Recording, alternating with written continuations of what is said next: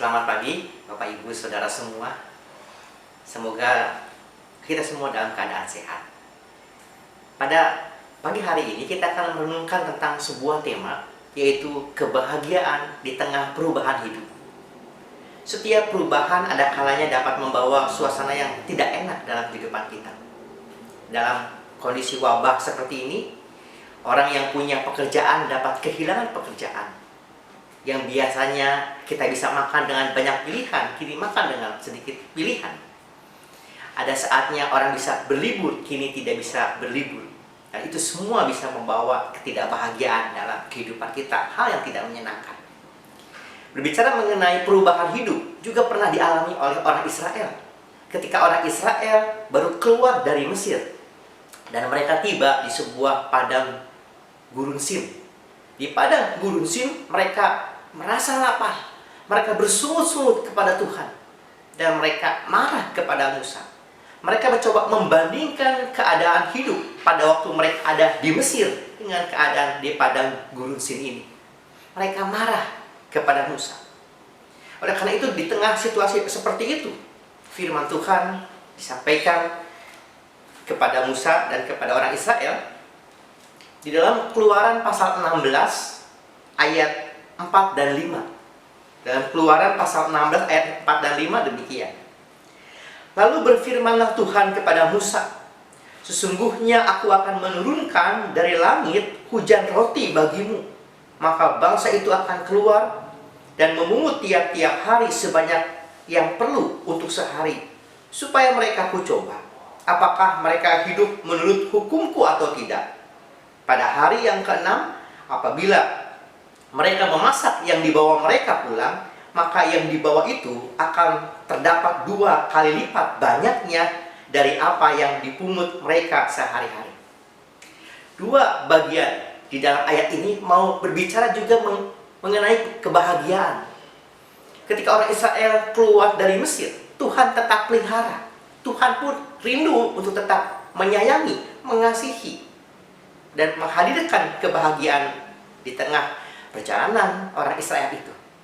Dari ayat 4 dan ayat 5 ini, kita bisa juga melihat ada 3 hal mengenai kebahagiaan itu.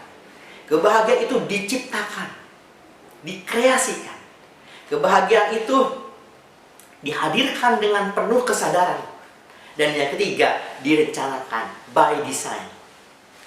Tuhan memelihara orang Israel. Demikian juga Tuhan memelihara kehidupan kita. Oleh karena itu, ketika Tuhan memelihara kehidupan orang-orang Israel yang dalam perjalanan itu, Tuhan menghadirkan kebahagiaan dengan Tuhan menurunkan roti. Tuhan menghadirkan roti yang diciptakan Tuhan. Kemudian, mengapa kok harus sampai hari ke-6? Tidak boleh memungut sampai hari ke-7. Itu adanya hari perhentian, supaya mereka bisa merefleksikan akan kebaikan Tuhan, meningkatkan kesadaran. Dan mengapa juga harus sampai ke-6? Allah mau membuat perencanaan supaya orang-orang Israel dapat dekat dengan Tuhan. Oleh karena itu, Bapak Ibu Saudara sekalian, ketika orang Israel berada di padang gurun Sin, mereka punya pilihan. Apakah mereka mau tetap membandingkan dengan kondisi yang ada di Mesir dan mereka tidak bisa move on? Atau mereka punya pilihan untuk move on, bersama-sama menghadirkan kebahagiaan, kebaikan.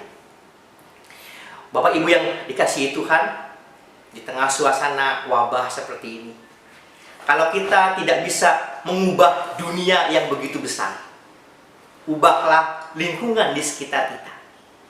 Kalau kita masih tidak bisa mengubah lingkungan di sekitar kita menjadi lebih baik, kita bisa mengubah diri kita, menghadirkan kebahagiaan, menghadirkan sukacita dengan kesadaran dan juga dengan sebuah perencanaan, mengupayakan sebuah kebaikan. Tuhan pelihara, yes, tapi juga kita dipanggil untuk dapat merasakan kebahagiaan meski di tengah perubahan hidup. Tuhan menolong. Dan mari kita berdoa. Berkatilah kami ya Tuhan dengan kasih pemeliharaan Tuhan.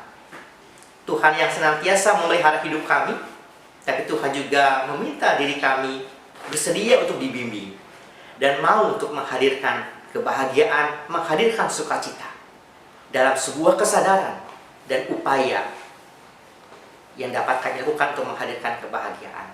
Tuhan menolong dan memelihara kehidupan kami semua. Dalam nama Tuhan Yesus Kristus kami berdoa. Amin.